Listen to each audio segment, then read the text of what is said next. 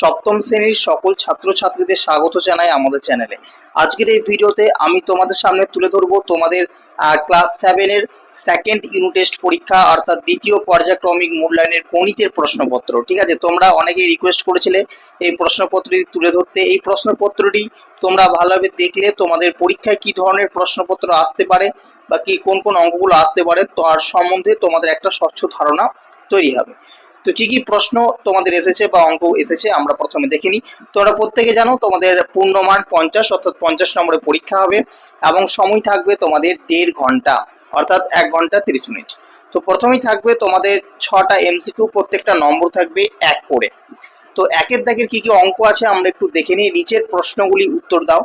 প্রথমে তোমাদের বলে রাখি বেশিরভাগ অঙ্কই তোমাদের বই থেকে দেয় এবং অনেকে বলে থাকো যে ছোট প্রশ্নগুলো স্যার বই থেকে আসে না, ওগুলো বাইরে থেকে দেয়। বাইরে থেকে কিচ্ছু দেয় না, তোমরা যে বইটা পড়ো সেই বই থেকে যদি সঠিকভাবে তুমি রীতিমতো জিনিসগুলো বুঝে অঙ্কগুলো বুঝে তুমি প্র্যাকটিস করে থাকো তাহলে তুমি এই অঙ্কগুলো পারবে।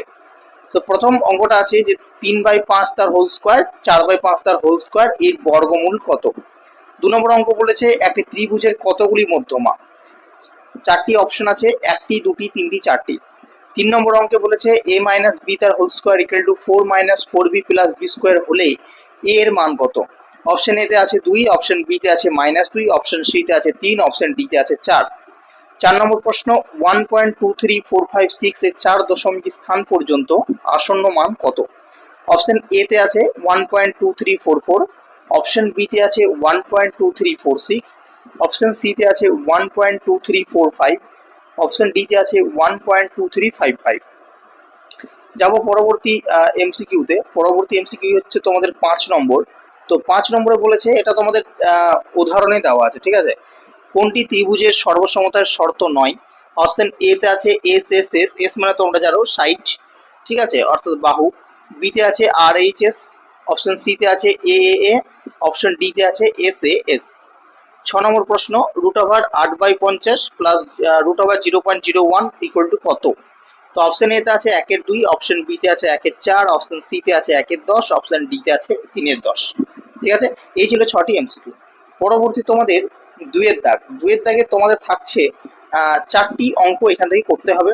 ঠিক আছে, তোমাদের 5টি অঙ্ক দিয়েছে অর্থাৎ একটা এক্সট্রা আছে, তোমরা তার মধ্যে থেকে যে কোনো 4টি অঙ্ক করবে। ঠিক আছে, তো প্রত্যেকটা নম্বর কত থাকছে স্যার, প্রত্যেকটা নম্বর থাকছে 4 করে, মোট 16 নম্বর। ঠিক আছে, তাহলে বুঝতে পারছো যে এই জায়গাটা কতটা ইম্পর্টেন্ট। 16 নম্বর কিন্তু এই জায়গা থেকে থাকছে। প্রথম অঙ্ক কি আছে তোমরা অনেকেই বলবে যে স্যার অঙ্কগুলি কি বই থেকে আসবে। 100% বই থেকে আসবে। ঠিক আছে, তোমরা বই থেকে করলেই পেয়ে যাবে। স্যার তাহলে সাজেশনটা একটু দিলে ভালো হয়। অবশ্যই দেবো। কবে দেবেন স্যার?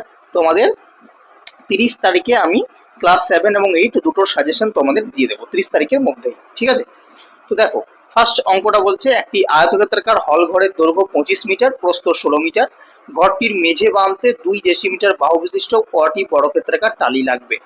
2 নম্বর অঙ্ক দুটি ধনাত্মক সংখ্যার গুণফল 14/15, তাদের ভাগফল 35/24 হলে সংখ্যা দুটি কি কি। 3 নম্বর প্রশ্ন একটি ট্রেন 4 সেকেন্ডে একটি টেলিগ্রাফ পোস্ট এবং 20 সেকেন্ডে 264 মিটার দীর্ঘ একটি সেতুকে অতিক্রম করে। ট্রেনটির দৈর্ঘ্য ও গতিবেগ নির্ণয় করো। 4 নম্বর প্রশ্ন 48.09 থেকে কোন দশমিক সংখ্যা বিয়োগ করলে বিয়োগফলের বর্গমূল 5.7 হবে। ঠিক আছে, 5 নম্বর অঙ্কতে একটু যাই। 5 নম্বর অঙ্কতে বলা হয়েছে যে একটা বর্গক্ষেত্রাকার জমির ক্ষেত্রফল 8100 বর্গমিটার।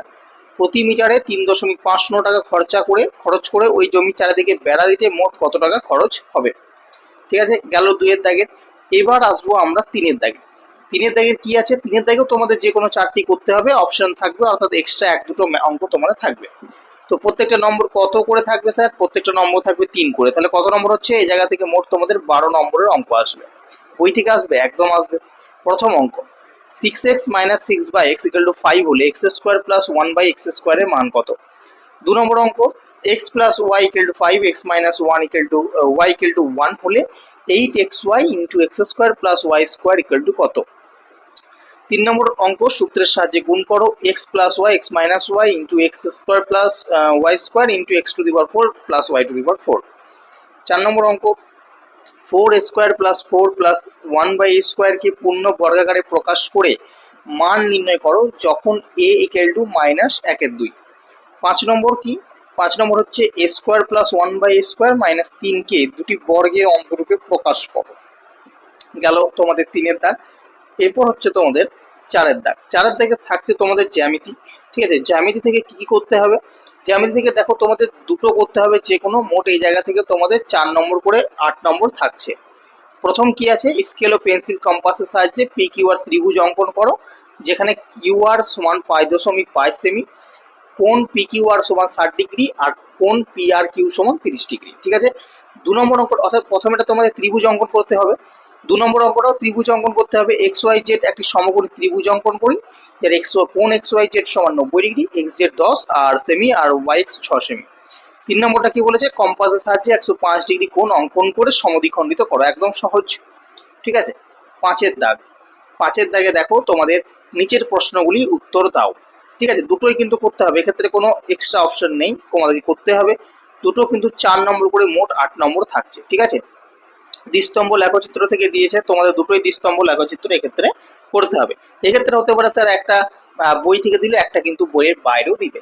ঠিক আছে, তো যাই হোক তোমাদের বই থেকেই তোমরা করবে এবং বইয়ের উদাহরণ থেকে করবে, তাহলেই তোমাদের জন্য যথেষ্ট, তোমরা কমন পেয়ে যাবে। আর কি কি করতে হবে তার সাজেশন তো আমি 30 তারিখের মধ্যে তোমাদের দেবো বললাম, কারণ এখনো দেখো, যতক্ষণ না আমরা কয়েকটা স্কুলের প্রশ্নপত্র দেখছি, জানতে পারছি ততক্ষণ পর্যন্ত কিন্তু সাজেশন দেওয়াটা ঠিক হবে না। তাই কয়েকটা স্কুলে দেখে, এখনো তো সব স্কুলে শুরু হয়নি, মোটামুটি আগস্টের 3 তারিখ থেকে বেশিরভাগ স্কুলে শুরু হচ্ছে, তো তার আগে সাজেশন তোমাদের দিয়ে দেবো, তাহলে তোমাদের অনেকখানি সুবিধা হয়। এবং প্রতি বছরের নেই, এবছর আশা করবো যে আমাদের সাজেশন থেকে অনেকখানি কমন আসবে। তবে সাজেশনের উপর ভিত্তি নয়, তোমায় কিন্তু মূল জ্ঞানে তোমাকে লক্ষ্য রাখতে হবে। যাই হোক, আজকের ভিডিও এই পর্যন্ত রাখছি, দেখা হবে পরবর্তী ভিডিওতে। সকলেই ভালো থেকো, ধন্যবাদ সকলকে।